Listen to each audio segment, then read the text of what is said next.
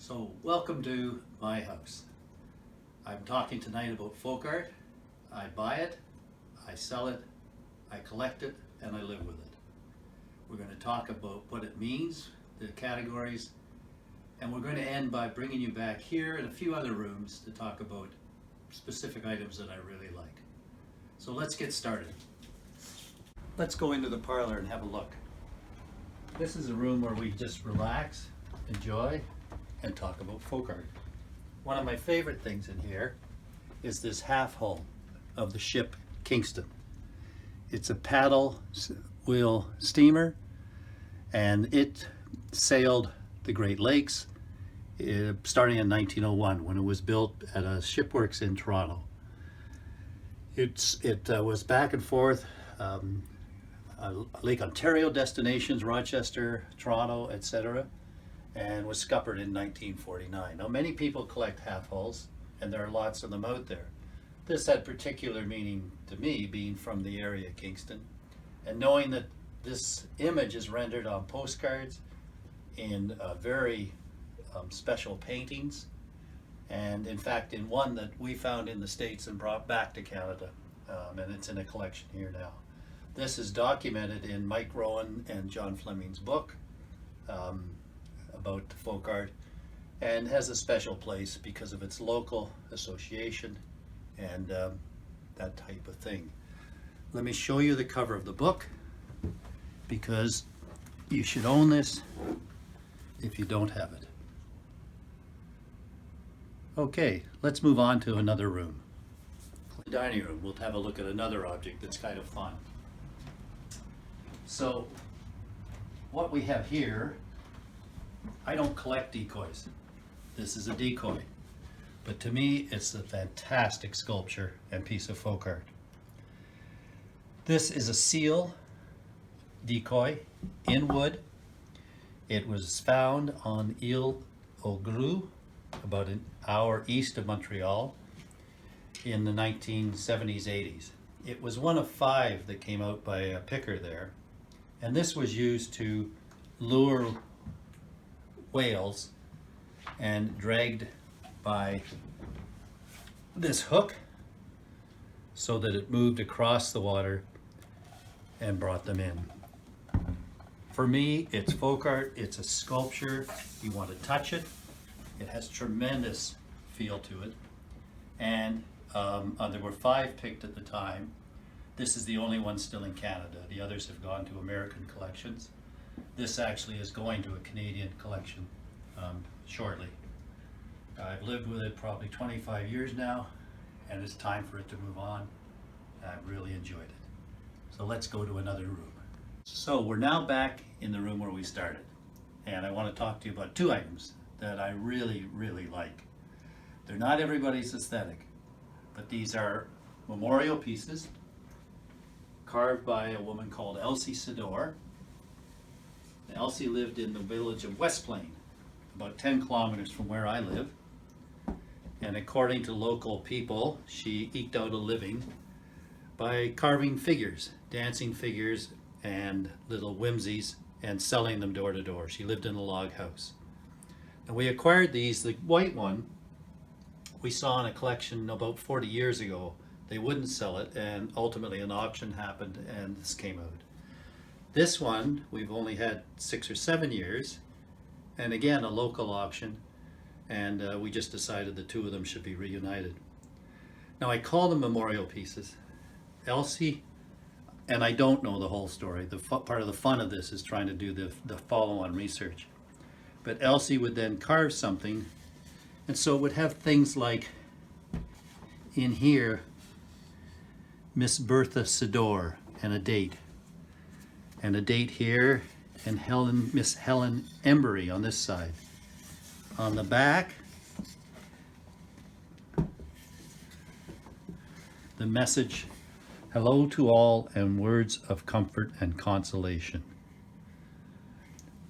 And then on this side, a verse of a father and his advice to his son. This is not your pristine folk art carving, but the use of material, the message, and the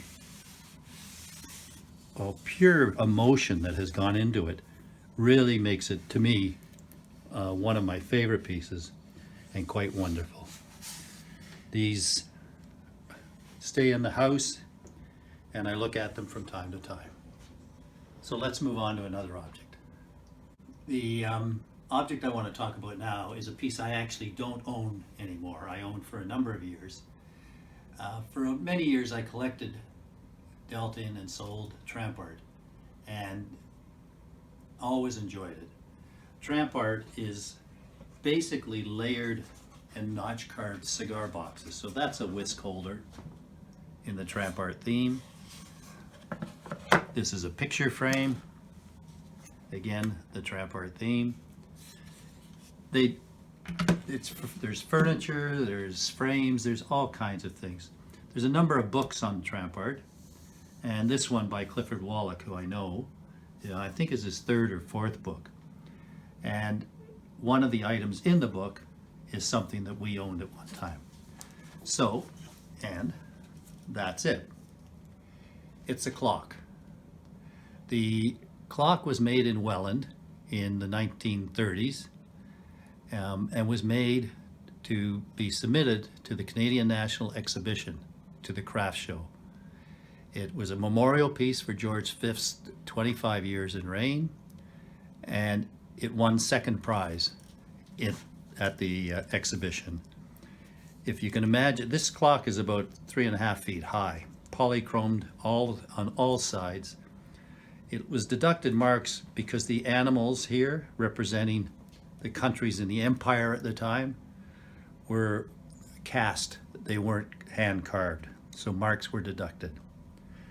This clock has been in our collection for many years. It spent 18 months in 2016-17 in Santa Fe in the Museum of International Folk Art when there was a Tramp Art exhibit and Clifford Wallach, the author of the book, spoke. We went down to see the exhibit. And it is now in the Canadian Clock Museum in Deep River, Ontario. We're pleased they acquired it. They were pleased to acquire it. It's probably one of the top Canadian pieces of Tramp Art, and it's gone to a good home.